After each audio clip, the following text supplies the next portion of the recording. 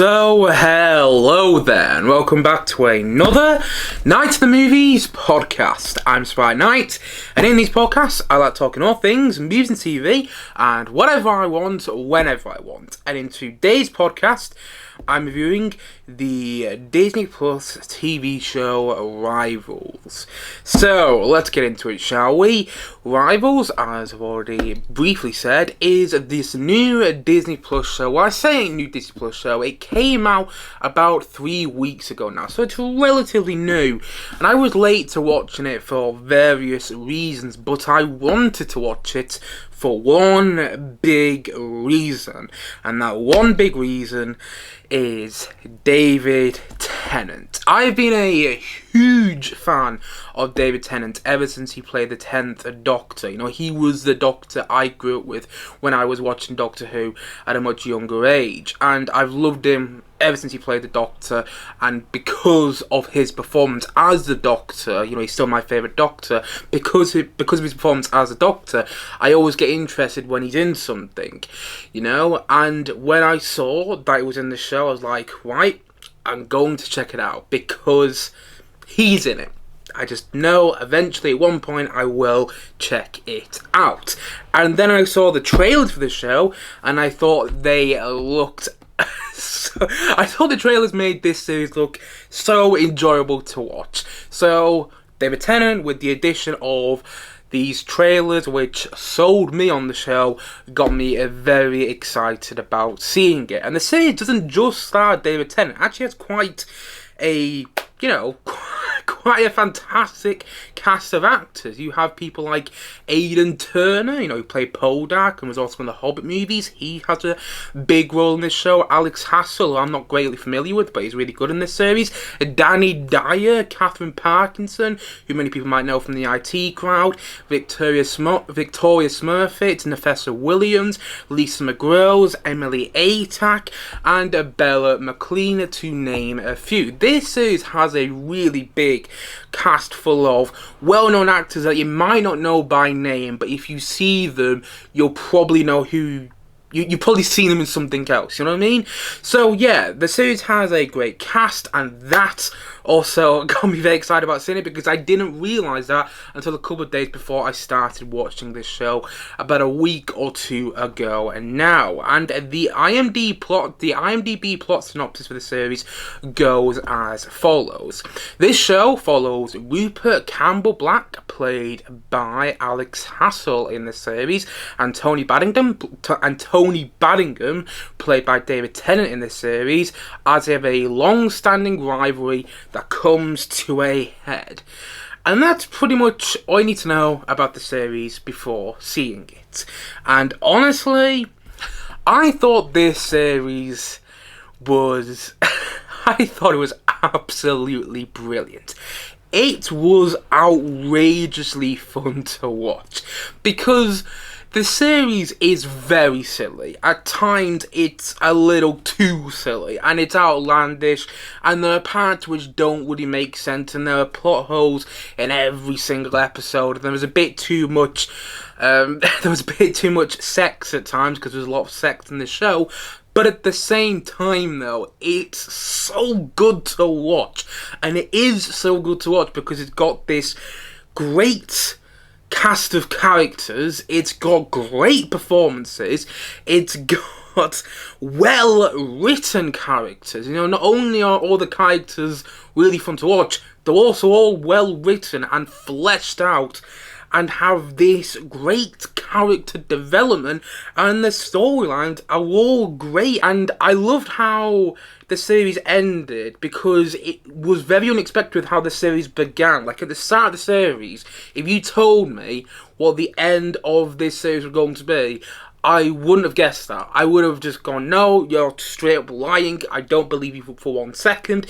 But the twists and the turns that this series takes were very unexpected, and in a way which truly worked for me. I absolutely loved it, and I loved it for so many reasons that I've just briefly alluded to there, but reasons such as the characters which you get engaged in. You know, each character has their own storyline and has their moment to shine, and it's similar to Succession in the way that you're following a group of characters that are pretty unlikable. They're not, you know, they do some horrible stuff at times, particularly David Tennant's character, Tony Baddingham, who is not a nice piece of work. In fact, he's quite a nasty piece of work in this series. But the character is very well written. I couldn't believe how much I hated that character, and I think that's down to the writing and also down to David Tennant's performance. You know, I never thought I'd say this, but I hated David Tennant's character in something. I never really had that with any of the TV shows I've seen him in. You know, in Broadchurch, I didn't feel that way. I didn't feel that way in Doctor Who. I felt that way to a degree in Dead Water Fell, but I didn't really enjoy that show overall. I don't feel that way about Good Omens. He's great in Good Omens, but I don't hate that character. Now, he's actually, you know, he plays a devil, and yet he's so likable in Good Omens. And there's other TV shows I've seen him in that I just can't remember off the top of my head right now. But the point I'm making is, I haven't seen him play a nasty character like this before. I'm not saying he hasn't, I just haven't seen him do it. And he plays it in such a way that you can tell he's eating up every moment playing the character. He's chewing up the scenery, but in a way that works. And his performance makes the character so good to watch, but it's one of those characters you love to hate. And I love characters like that in series, where whenever they come on screen, you're constantly drawn to them, but you also hate every single thing they're doing. And the way the character Tony Baddingham, played by David Tennant, is written in the series, and the way David Tennant plays that character, I think works perfectly for this show. Plus, you have Ian Turner in there, who shows a range that I haven't seen before. You know, as Declan, this news journalist, this journalist in the series, who has his own TV show.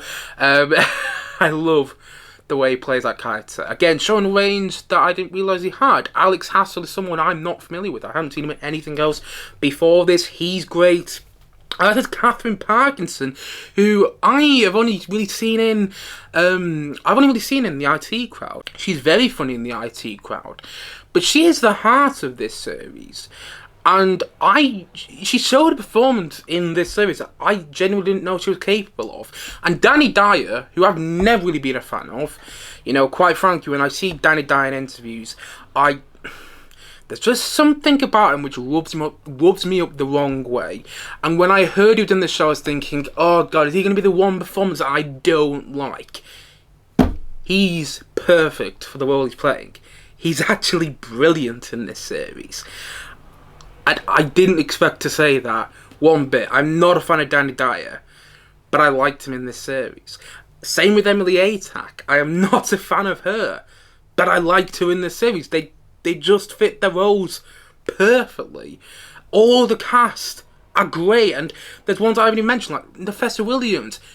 There's this presence she has whenever she comes on screen. Same with Victoria Smurfit in the show. There's this presence with every single cast member when they come on screen with their performances in this series. And I love the way this series is directed. I love the soundtrack to the series. And I think the series is set in the 80s, if I remember correctly. I finished the series a couple of days ago now, so I'm a bit hazy on some of the finer details. But if I remember correctly, the series was set in the 80s, and it has this great pumping 80s soundtrack full of cracking 80s tunes. And it was like every single episode, it felt like about 5, banger 80 tunes were used. And then whenever an 80s tune came on, I keep saying 80s tune, it might not be an 80s, there might have been a bit of 70s tunes in there, but whenever there was one of those classic pop tunes that came on in this series, I just nodded my head. I was like, God, the soundtrack to this is so good. And the whole series just, it's an absolute joy to watch.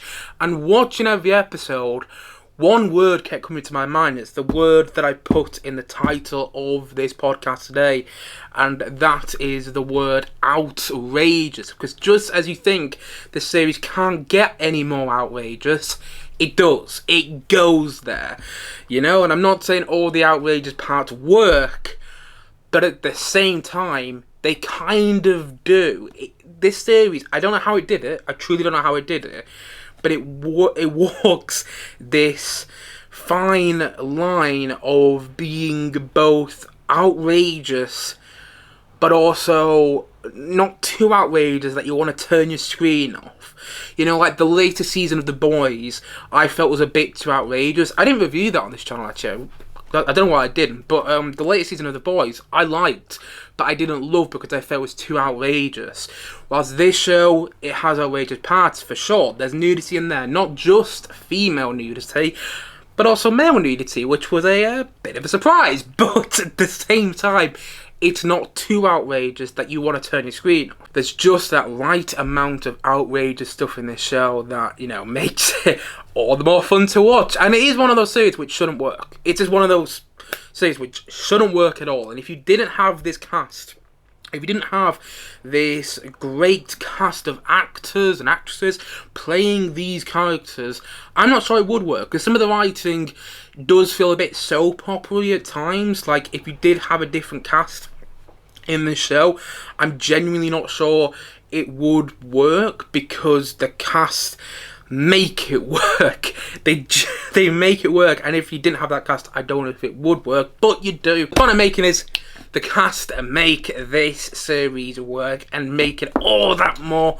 fun to watch. As for criticisms, I could talk about some nitpicks over the show, but my only criticism, and it's more of a personal issue I had with the series, it's more my own stupidity.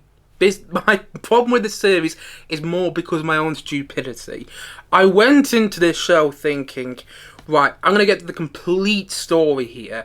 I was thinking this is going to be a limited series, you know, a one and done series, and that there wouldn't be a second series.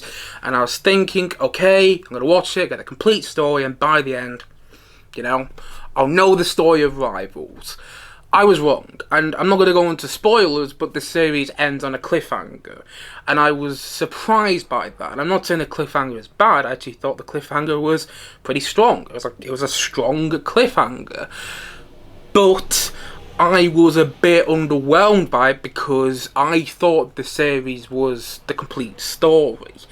And it wasn't, because I haven't read the book, I haven't read the source material, I barely know anything about the source material. You know, this series, I should have said this up front, but this series is based on a novel by the same name by Jilly Cooper, and I know almost no knowledge of that novel whatsoever, and I didn't know that this series, according to Google, ends halfway through the first novel until I finished the show. So I was a bit like, oh, and it didn't sit right with me. I would have preferred it just to be a one and done series, maybe added a couple more episodes, because I'm not sure if you can get another series out of this show, is the point I'm alluding to, because the first series, it feels a bit like lightning in a bottle. And I'm not sure if you could do that all over again in the second series. I'm not saying you can't, but I think it's going to be difficult to capture that lightning in a bottle all over again. And I kind of wish it was just a one and done series. I don't know, maybe I'm wrong and the second half of the Rivals book is full of all this great story that I just don't know about yet. Perhaps so.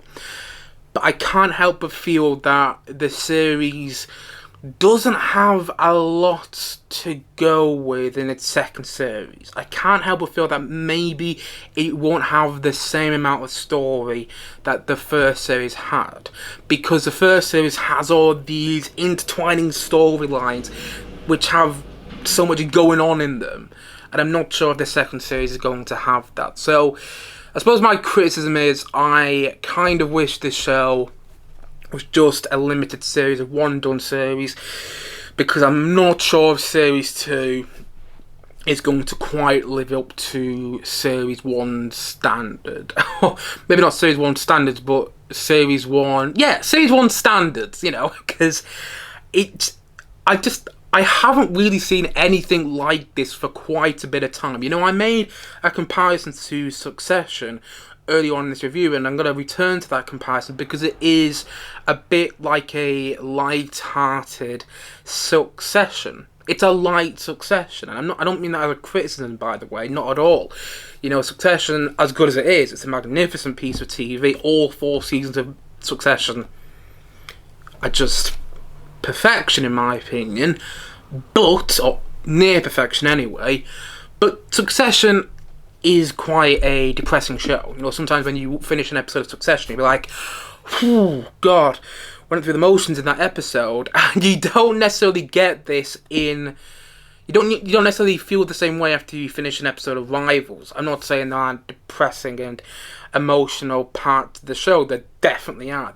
It's an emotive show when it wants to be, but it's also very, very fun to watch. You know, it's funny when it wants to be. There's a lot of comedy in the series, which just works. I would say about 90% of the comedy in the series works, and it has that cracking 80s style soundtrack, which I've already spoken about, and the performances all just make it that extra more fun to watch. It's light Succession, and I don't mean that in a bad way. I mean that in a good way. You know, if you like Succession, but you want to watch something that's not so downhearted and that's not going to make you feel like you've had your heart ripped out of you by the end of the episode, then I would recommend Rivals. You know, it's a change from so much TV that you see nowadays, which is so depressing. I do get sick of some TV when it's just like, oh, why is so much of TV today so downhearted? Then you watch something like Rivals and you realise, actually, it's not all downhearted. You know, you can have that balance in there, and that's one thing I think Rivals does very well. And one last thing I think Rivals does very well is it shows you a glimpse of what the TV industry used to be like in the 80s. You know, what used to be like in the past. Because, and this isn't based on anything that happened in real life, but I love any TV show that shows sort of behind the scenes look at the TV industry, because that's a sort of, I want to get into the media industry in my later life, and whenever I see glimpses into the behind the scenes, you know, when it pulls back the curtains on the media industry, I'm automatically interested in it. And because this is set in the past, there's a lot of things that happen in the series where you're like, oh my God, thank God we're not living in these times anymore. You know, there's a lot of this character sleeping with this character in order to get their job, and there's a storyline in the show in one of the episodes where they're doing a beauty contest, and whoever wins the beauty contest gets to be the new weather girl. And it's things like that. We're like, ooh, yeah, thank God we're not living in those times anymore. You know, things have changed. Maybe not changed drastically, but they have changed. So there's that. I loved this series. I thought all the actors did a great job in this show. All the actors and actresses at that. I thought all of the characters were so good to watch. And the series overall is just great. It's so much fun. You know, it's outrageous when it wants to be. It's sexy when it wants to be. And at the same time, it's funny when it wants to be. And it's emotive when it wants to be. And it's just so good, you know? And the characters, that's it. I should have said this early on in this review, and I don't know why I didn't, but this is why the characters work in this show. There's a vulnerability shown with all of them that makes them that extra bit more compelling to watch and makes the show that little bit more engaging. You have a wide range of characters in this show, so to show a vulnerability to all of them is not an easy thing to do. Yet this show makes it feel easy. I absolutely adored it. And so, all in all, I'm going to say that Rivals, I'm going to say it's a 9 out of 10. For what this show is, I think it works perfectly. That's why I'm giving it a 9 out of 10. I'm not giving it a 10 out of 10 because I do think it might have worked better if it was a limited series. And don't misunderstand what I'm saying. I want a Series 2 to happen. When I'm recording this podcast, a Series 2 hasn't been announced yet, and I want a Series 2 to happen, but I just don't know where you can take Series 2. You know, I'm not sure if there's loads more story there, although perhaps there is, and perhaps I'm just being naive, because I often am. So yeah, that's kind of my own my only big criticism. I went into the series thinking I was going to get the complete story, and I didn't. But the story I got was just, I know I've said it before, but I'm going to say it again. It's so much fun to watch. It's watchable TV on another level, you know. It's just great because it shouldn't be as good as it is. It should feel like a soap opera, but it doesn't. Somehow the show treads that fine line of being outrageous and being silly, but also being well written and having great characters that are fleshed out and have this vulnerability to all of them. Even the characters you hate, you see a vulnerable side to them, which you don't always get with hateable characters in TV shows. And it just, the whole show I loved from start to finish. And so, all in all, as I've already said, and as I'm going to say once more in this podcast today, Rivals is a 9 out of 10 from me.